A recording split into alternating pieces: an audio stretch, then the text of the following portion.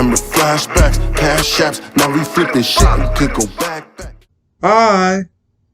What's up, guys? Welcome back to the episode of the NBA recap. Yes, sir. Back in another video, back in another episode, and man, oh my goodness, it has been way too long for me to make a video, man. I've been down in the dumps of college, and it's been tough, man. Like, it's been tough, but I had to make this video because I could not go another second without rather than Twitter, because I'm always on Twitter talking basketball. Talking about these Lakers, man. I need to talk about them, man. I need to talk about them on a grand platform, even though Twitter is a grand platform. Follow my Twitter, by the way. Should be link should be in the description. But I had to talk about them, man. I had to talk about them. And before I get into that, I'm just gonna say, I know it's been forever since I made a video. I just been busy as hell. I know I've been coming back like many different times. I just never had the time to make a video, and it's been really tough on me. But I had to make this video, man. I had to make this video, and it's about time that I came back with a video. People have been telling me to go make a video. I know I've been slacking, you know what I'm saying? It's been like, what, 6-7 months since my freaking Bucks video, like damn near a year ago. So I wanted to make this video, man. I keep saying that, but I wanted to make this video, man. And now that we're here, man, let's just get into it, bro. Because I have so much to say, but I don't want to make this video too long. The Lakers, the motherfucking Lakers, man. Like, it has been such a whirlwind of a season because, and I'm kind of forced to watch it because Russell Westbrook is my favorite point guard of all time, and LeBron James is my favorite player of all time. One or two, go, whatever you want to call them. But it's just been so stressful to watch this team and like try to root for the team while also like I can't really root for them too much because I'm obviously a Nets fan, but like at the same time, they have so many players on there that I enjoy to watch, so it's just crazy to have to watch their games. But the season is what, 60 plus games in, and they're what, 7 games below 500. I mean, they got a nice win against the Warriors, but 7 games below 500, man. It's been a tough season. It's been a tough season. And I want to detail just some of the few that, I mean, they've had a boatload of fucking problems. But I just want to detail a few of them that have been very, very interesting. But actually, before that, I want to talk about some of the little bit of successes of the season. You know what I'm saying? The first thing I want to talk about, obviously, is LeBron James. You know what I'm saying? Averaging, what, 29.4 points per game, 8.2 rebounds, and 6.2 assists on 51% shooting and 35-ish% from 3, 70-plus-ish from the free throw line. LeBron James is still LeBron James. I mean, that's all I can say. I mean, LeBron is still LeBron James. I mean, defensively, he's been a little bit iffy, and there are definitely some games where he is sometimes cherry picking. He is sometimes, trying to get those points. But at the same time, LeBron James is still LeBron. Like, we just saw him against the Warriors where he dropped 56 points at age 37. Like, 56 points. Ridiculous, man. LeBron James is him. That's all I can say. LeBron James is him. I see a lot of people in the media talking about how, he's just doing this to catch Kareem, which he obviously should. He's always just doing this to win the scoring title at age 37, to push his narrative for being the GOAT. But I just think he's put in a situation where he needs to play all these minutes. He needs to put up all these points and all these stats for them to have a chance, a slim chance of winning. Like, it's so unfortunate that the Lakers team is sunk so low to where a 37-year-old LeBron James has to put up 56 points for them to beat a struggling, even though still good, yet struggling Warriors team. Like, it's tough, man. And then the whole thing with Russell Westbrook and like AD has been out for yet again damn near the full season. Like, it's just, I don't know, man. I honestly don't know what's gonna happen. People are saying the season's over. I'm damn near about to say the season's over. Like, unless they make some crazy final push. I don't think they're gonna win a championship, but at least getting some respect in the playoffs would be great. You know what I'm saying? But the way the team's constructed now, it's just not I don't see it. I hate to be that person, but it just doesn't look like it's gonna work. But hey, man, there's always next season. I mean, I wrote some notes down. I don't really like writing notes, but I had to. I mean, some of their good. Some also there are good things that I guess AD is willing to play the five. I mean, that's cool, but we see that where that's got him. You know, he wasn't really playing that great to begin with, but him playing, honestly, I think at this point, to put him back at the four. I mean, that's where he operates the best. Apparently, it sucks that he's injured yet again. It's kind of unfair to really put their season in the balance because AD has been gone for so long, and LeBron missed a chunk of the season in the beginning too. So like it's just tough to really gauge where they are. I think as a trio they were like 4 or 5 games above 500. I mean, decent, but like I don't know, man. It's just tough to really tell how they would be together because they haven't played many games together. They played what 17 games together. Like it's just crazy. Malik Monk, man, Malik Monk, revelation. I suggest you keep him in the off season. You know, make sure you give him a little bit of a bag. Don't be stupid and try to just give him off. Even though he could be a potential asset nowadays, it'd be dumb to just keep him off. This is my issue with the Lakers. They always flip their roster every 5 fucking minutes rather than keeping people that know the system.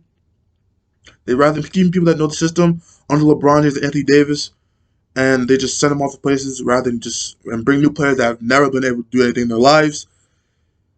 It's just so weird to see how they operate, and just the management, especially this year. The management has been questioned. Jeannie Buss, Rob Plank has been questioned. LeBron James' commitment in the Lakers organization is just shit right now. Even though most of that is not true, but it's just shit right now, and nobody knows exactly what the issue is besides why their team fucking sucks.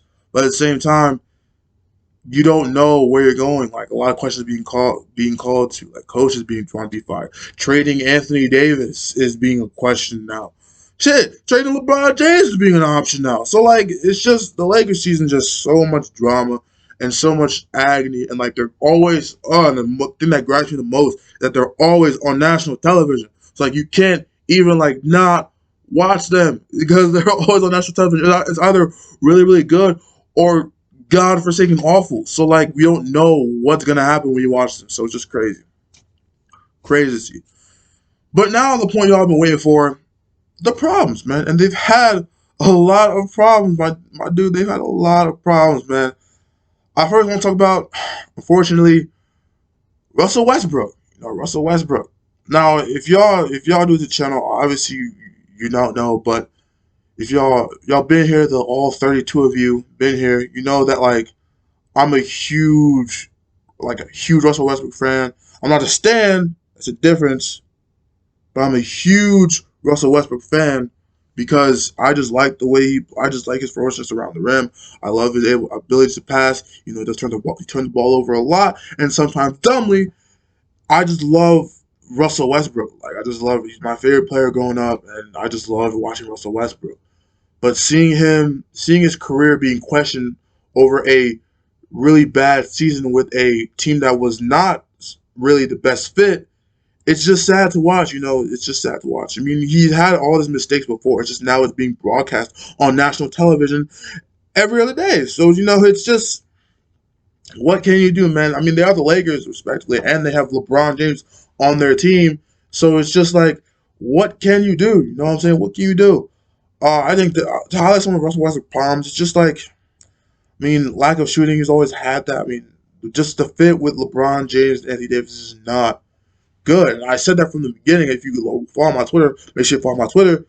I said from the jump that the Russell Westbrook fit is questionable. It's very, very questionable. I think if anyone could do it, it's LeBron James. But after 61 plus games in, it hasn't really been working. You know what I'm saying? Like it's just not a good fit. Russell Westbrook, turns the ball over a lot. Like I know, can shoot. He's not a very good shooter. I think some of his turnovers, yes, most of them are his fault, but some of them are really not his fault. Like let's just keep it a bean. Like there's just a lot of different stuff that go on in, and now his like confidence is just like completely erased because of how Laker fans, the most toxic fan base in the entire world, have hated Russell Westbrook the entire year, saying people to bench him and to excuse me, saying how people needs to bench him and I don't know, cut him immediately, trade him at the deadline, blah blah blah. And then they're expecting him to also produce on those same levels. Like makes no sense. Makes no sense at all. Excuse me, cough. But like all in all, the Russell Westbrook thing just hasn't been working. Like spacing has been a problem. They had to sign DJ Augustine in the trade deadline. They had to sign him just because of Russell Westbrook. It's just like it's really tough to really see him lose all his confidence. Like, and then the thing that irks me the most about the Lakers is that they brought him to be a point guard. I don't know if you've ever watched the games, but he hasn't been playing point guard. Like I don't know what you like. He's just there sometimes. Like I understand, like he makes poor decisions every now and then, but he's still a point guard. Like he's still giving you high level passing and playmaking, and you don't want to play him as the point guard. What's the point of it? I don't remember the last time I saw Russell with triple double.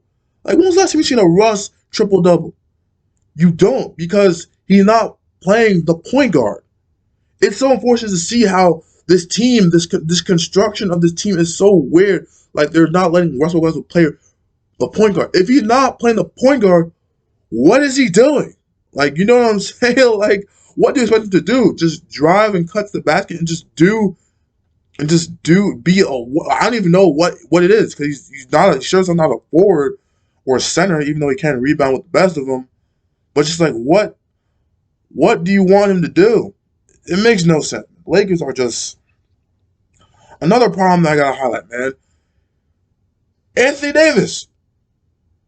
You're missing it in action once again, man. Every single time I see this man this year, his man is just in some drip with some Gucci sweatshirt and some trash out of glasses that I never want to see him wear ever again.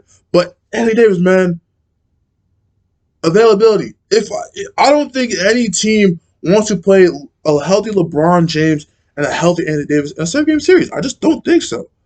At the same time, Anthony Davis not keeping up with this end of the bargain. You know what I'm saying? Like he's got to play. He's their future. He just signed what a super max deal. Like he has to play. You know what I'm saying? For them to even try to be successful, like he has to play. Like it doesn't make any sense for him to just be on the sideline doing nothing, being in a Gucci sweatshirt, street clothes. Like Charles Barkley, I don't understand. Like Charles Barkley clowns this man almost every night. Street clothes AD, AD day to day. Like it's just so, and he's just gonna take that and not just do anything. I understand like injuries are a part of the game, but at the same time, he gets injured so many times. Ridiculous, dog. I don't really want to clown him on his injuries, but it's like it just happens so often that you barely see him play. Like people have been diminished his like greatness because he hasn't played. The idea of Anthony Davis is now being fluttered into nowhere because he hasn't played any games. Like for sure, Anthony Davis, even in the lineup, the Lakers were still subpar, but he would help a lot of their problems. You wouldn't have to force 37-year-old LeBron James to play the 5 rather than Anthony Davis at age 27, 28 playing the 5 and playing great defense, which he still has done throughout his years. But like if he's not there, what are they doing? They're relying on LeBron James to play the 5. It's just so crazy to me. Like I don't understand. I understand he wasn't playing that well to begin with, but at the same time, like anything is better than what they are like right now. They're 7 games below 500. Terrible, dog. Like, I mean, some minor problems, I guess, let me read some of my notes. Some minor problems they could have is just Kendrick Nunn not playing a single game this season. I mean, they gave him the mid-level exception, but he hasn't played a single game this season. Like, he had one hezzy tween go to the paint, and then that was all he really did as far as being a Laker uniform. I think Kendrick Nunn would be very essential to what they're trying to do, but if he's not there, useless. Like you know what I'm saying? But the Lakers are just, I don't know. The Lakers, I don't really know how to even judge them at this point, man. They're just bad, and we don't know what's going on. We don't know what's going to happen in the playoffs. They probably are going to make the playoffs, but their probably first round matchup is Phoenix, and Phoenix, although they're missing 2 best players right now, Phoenix is a juggernaut, dog. Like, they're a juggernaut. And, excuse me, I had a very weird cough. Phoenix is a juggernaut. But, like, they could beat the Warriors. They could beat the Grizzlies. But, like, Phoenix is, like, the worst matchup ever because they're so, like, connected. They've already gone to the finals last year. They're already connected. They made some changes to their roles that they had last year, especially with the backup center and JaVale McGee. But it's just sad to see what's going to happen in their future, man. Like, the Lakers, I hate to say that, like, I hate to say it's about a LeBron James-led team, but they're just trash right now. You can't expect LeBron James to carry them to the promised land without something bad happening. I hope that doesn't happen, knocking on wood, but it's just very bad to see them like this. And I don't know. Because something happen in the future? Maybe, but it's really inevitable at this point that they're going to lose. But hey, man, thanks for watching this video, man. I know it's been like I said before, I know it's been like a crazy long ass time since I made a video, but I had to make the video because it's the Lakers, man. Lakers pull some easy views every now. Let me stop. They're not. It's not just reviews. Not just reviews. But make sure you like, comment, share, and subscribe. Follow my Twitter. Follow my Twitter, man. I know I don't post here. I'm probably not gonna post here very often, but still subscribe because I will be posting a lot in the summer, especially during the off season. But make sure you subscribe. I'm definitely gonna get the playoffs. You know, I'm just gonna try and make a lot of videos toward the playoffs. I'm definitely tuning in for that. And yeah, I'm out. Peace. Yeah.